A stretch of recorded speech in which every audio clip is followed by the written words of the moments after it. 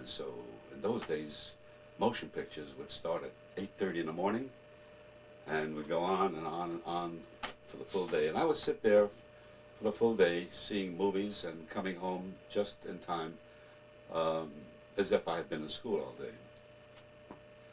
I believe I got my education in the movies because later on, at the age of 16, I entered all the amateur shows as a comedian, and I won all the contests.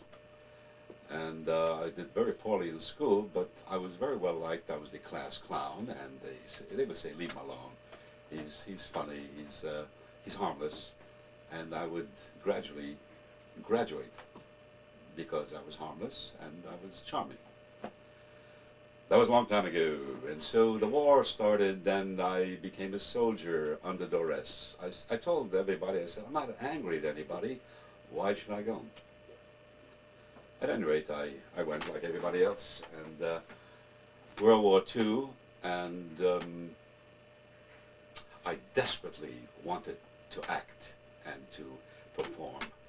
And so any basic training, any training that they gave me that pertained to Army discipline, such as taking apart a rifle and putting it together again, I would, on purpose, do all this and purposely be clumsy about it, and they would take the gun away, and I was grateful.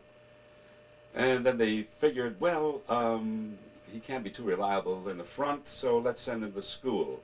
And so they sent me to chemical warfare school to identify poison gases. In case the enemy should use the poison gas, we are ready.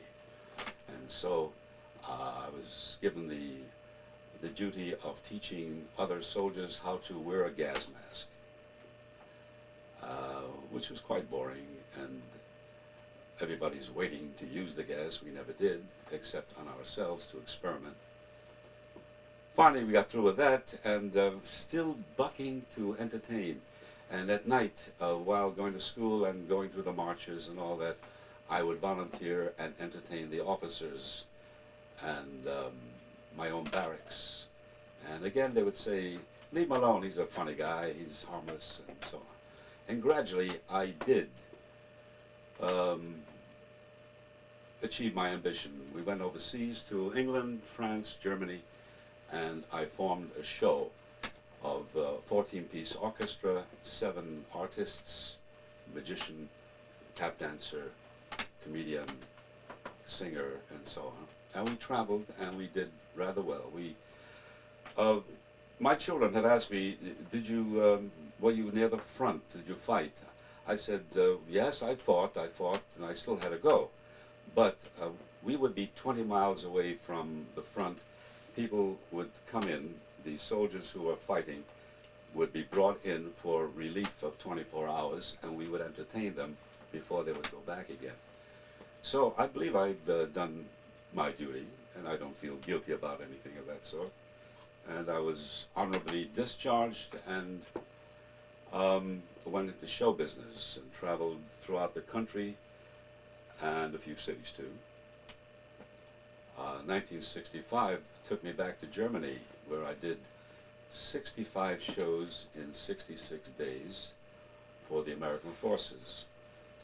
And I visited all the places where I had been when I was in service, bombed out places and so on, but I was amazed and truly admired the metamorphosis that took place in all over Germany. There wasn't a sign of any conflict.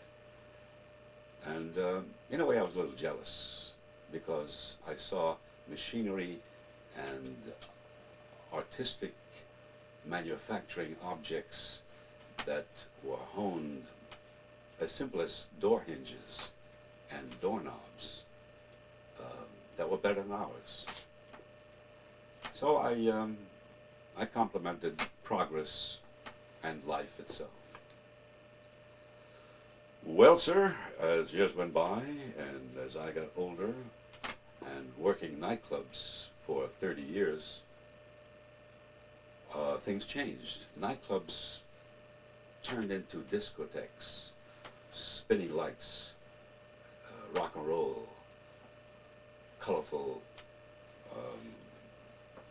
decor in nightclubs.